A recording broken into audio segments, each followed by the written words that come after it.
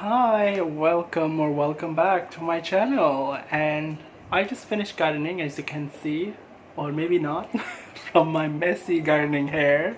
And I thought, let's rave about a book that I just finished yesterday, because that's the most logical thing to do after you finish gardening. You talk about books, because what is there to life other than that?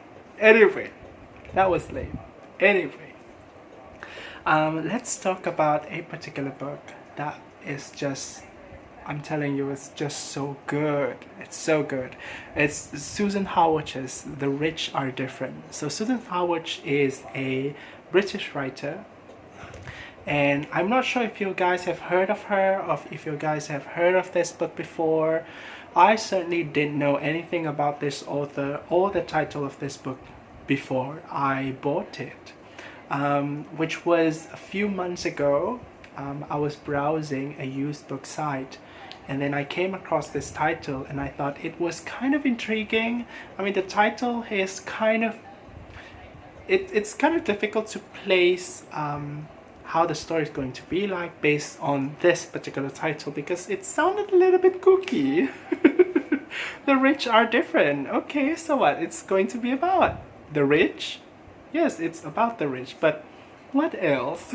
It doesn't have that kind of pomp or gravitas that you usually associate with something that is kind of like an epic family saga that feels kind of soapy, in its style.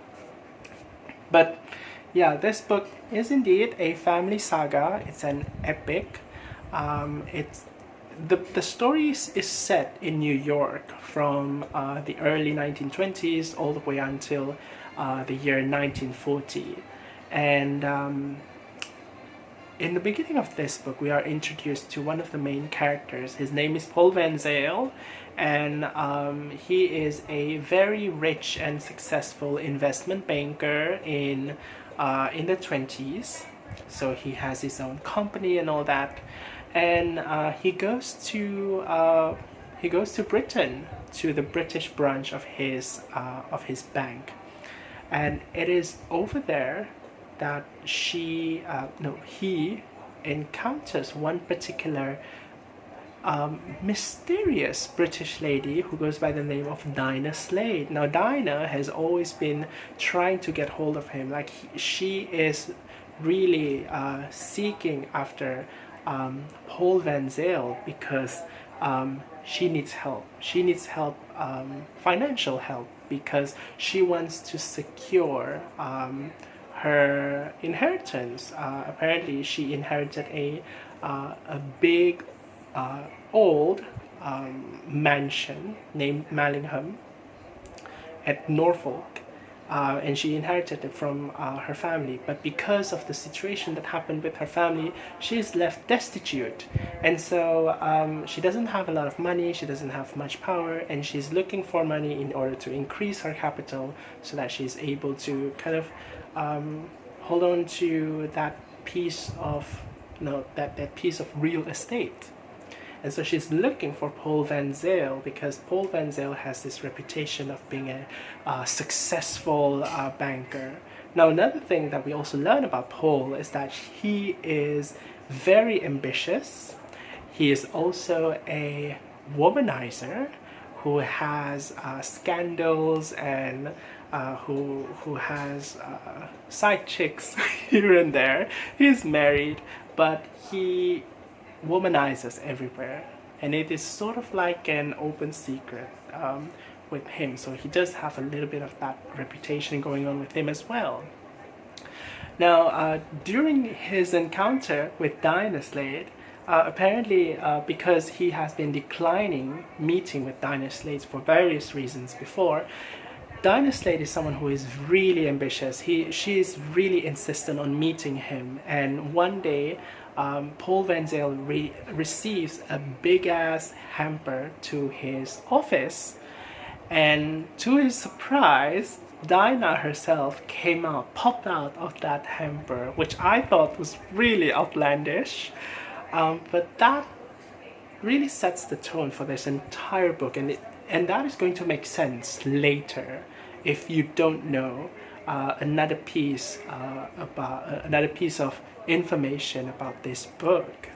But yeah, that is going to make a lot of sense. Anyway, she comes out of this hamper and they encounter each other finally, and Paul Van Zale and Dinah Slade, they sort of begin a relationship because Paul is kind of fascinated with Dinah, who is to him kind of not like other girls, so to speak, because she's very ambitious in her, in reaching her goal.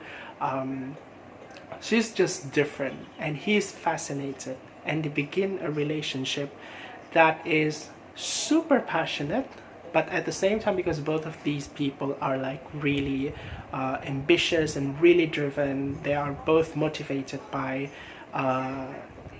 reaching whatever goals that they want to have in life.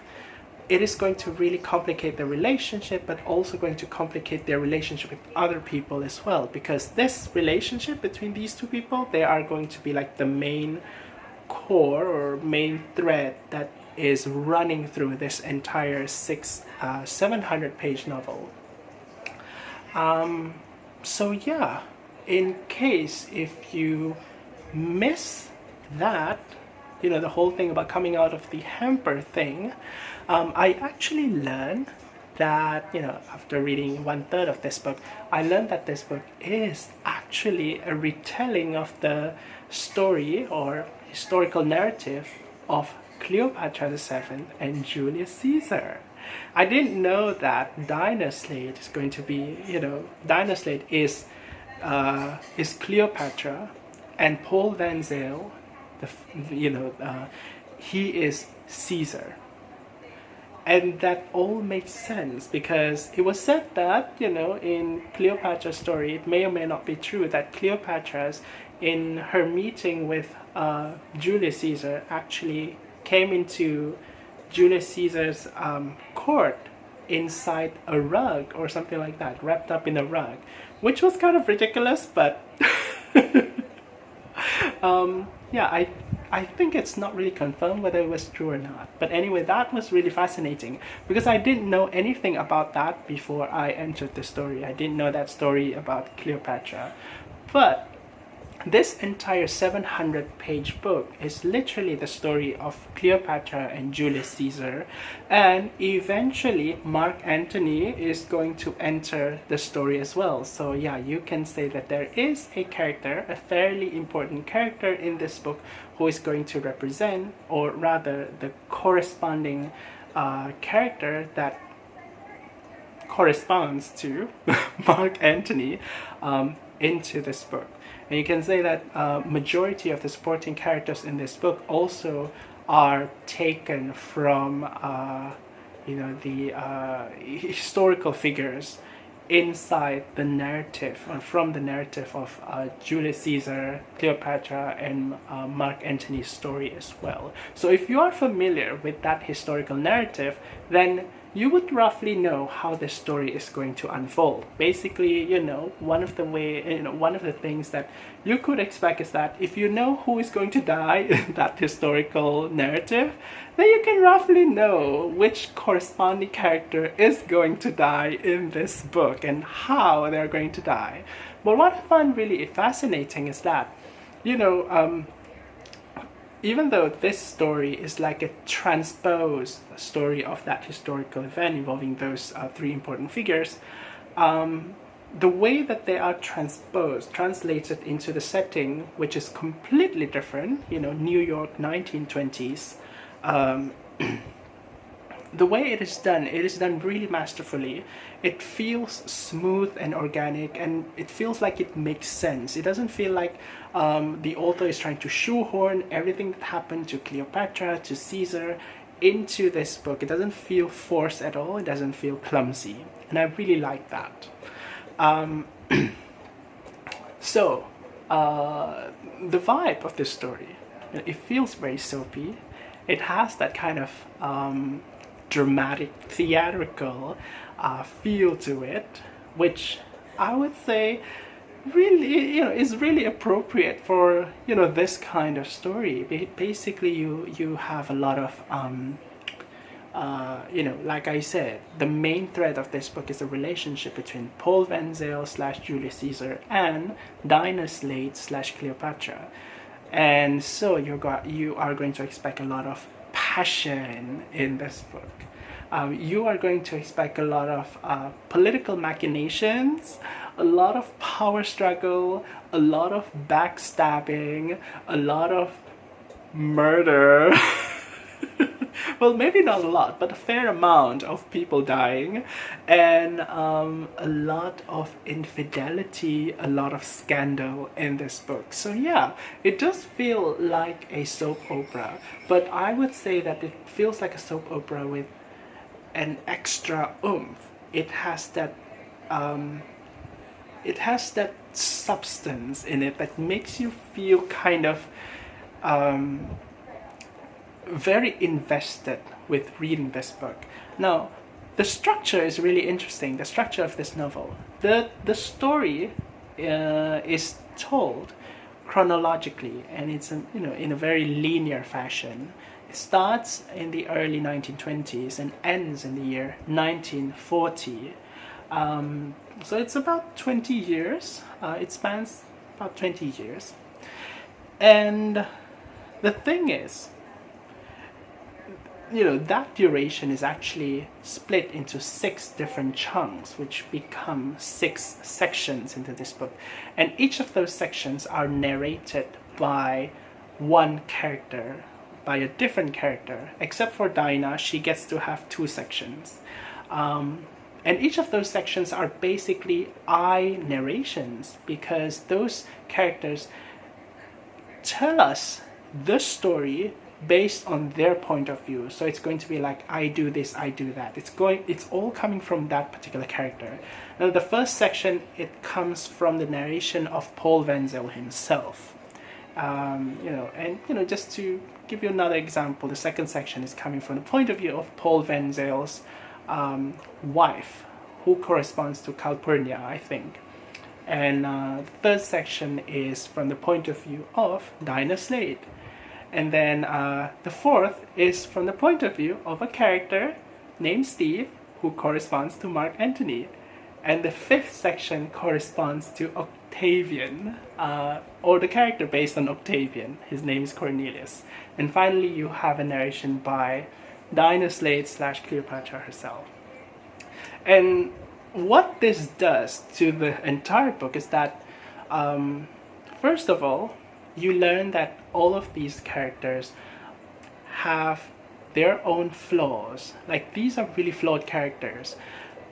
And basically, when you read the stories from their own perspective, you feel like kind of intimate with these characters. You feel close to them, but at the same time, there's this, I don't know how the author does that, but you feel a certain distance to these characters as well. And even though you empathize with these characters, you acknowledge their motivation, at the same time you are able to dissect them and feel like, these characters are committing these mistakes, they're doing this wrongly, they have these weaknesses, but these characters are oblivious towards their own mistakes. And these mistakes are the things that are going to drive the story into the drama that it eventually becomes, like this whole drama involving all of these characters.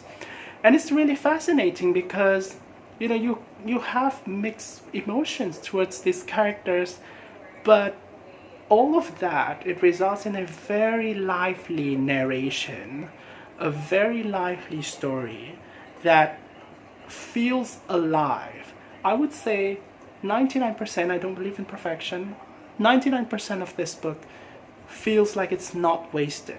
Anything that is mentioned at the earlier chapters, if it's not mentioned somewhere in the middle, then you can be sure that it's going to be mentioned, be kind of important at the back of this book. So this book really respects that whole idea of, Chekhov's gun, and there are a lot of guns in this book. metaphorically and literally. Anyway, yeah, I would say that this book is really juicy. The way that it weaves the story of these different characters through their own perspectives, it it is done really seamlessly. And another thing about that is the characters are explored really deeply. Like, you really get invited into their heads, into their psyche, and you understand them. And despite their shortcomings, you understand them. And everyone in this book, even though they're kind of like outlandish and larger than life, dramatic soap opera characters, you feel that they are really human. And it's just, I don't know, there's this something that feels very humanistic about this book. The writing, like I said, is not wasted. A lot of the parts are not wasted. Not a lot of parts, most of the parts, 99% of the writing is not wasted at all. Everything contributes to the story. Everything points to the main thread.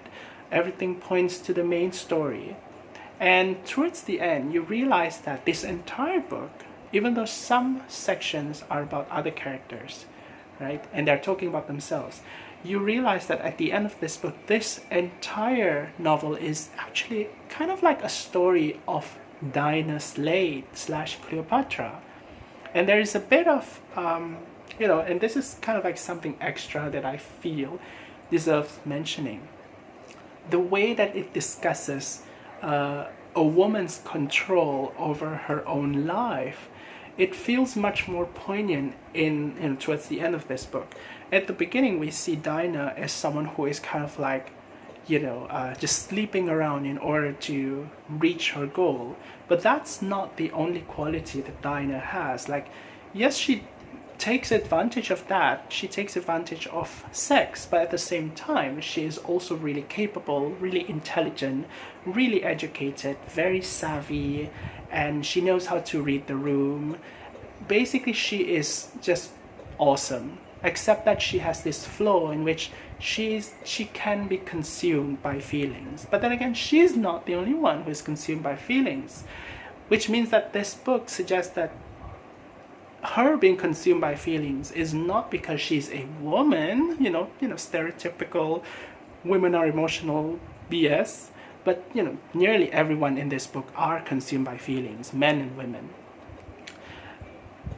But it shows a very human character that is based on Cleopatra, and by extension, it kind of makes Cleopatra feel very human as well, especially if you're not familiar with the history like I am. And I'm really excited to learn more about the inspiring history also. But it produces a character, a female character that feels really strong, feels very flawed. And the way that it ends in how this particular female character sort of gains something from her experience. I won't say anything about that, it's spoilery, but it's awesome. But basically, Dinah Slade learns something. And the way that, that aspect of character exploration sort of gets melded into the discussion of feminism during this time, which is the 1920s, by the way. The feminism around this time was not the same as the kind of feminism that we have these days. There's a bunch of discussion around women's emancipation movements, liberation, the suffragettes being mentioned in this book.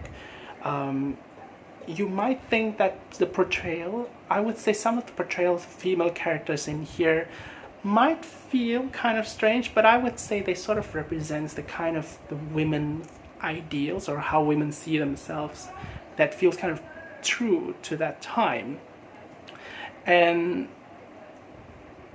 ultimately, the character of Dinah Slade is someone who is really complex, and there's so much to say about her, but I would say she is just really complex. She cannot be described in one particular label, but her growth, especially as a woman and as a person, it feels really meaningful. It feels just, I would say, dazzling, you know, in this book. So I would say this entire novel was just really good. It's probably like one of the best books that I've read this year so far. And this one has a sequel, by the way. It's called Sins of the Fathers. I think I have the copy right here. Yeah, I actually bought this copy before I even started reading The Rich Are Different, by the way. Yeah, I'm really excited to read that book. But yeah, I'm kind of sad that this book ends because it was so good. But it ends beautifully. So with that, I'm going to end this video for now, and yeah, let me know if you are interested in reading this book, or if you have read this book, or if you have heard about this book, and yeah, or anything else you want to comment down below. Please feel free to comment, and I'll see you again in a different one. So until then, take care, thanks for watching, and bye.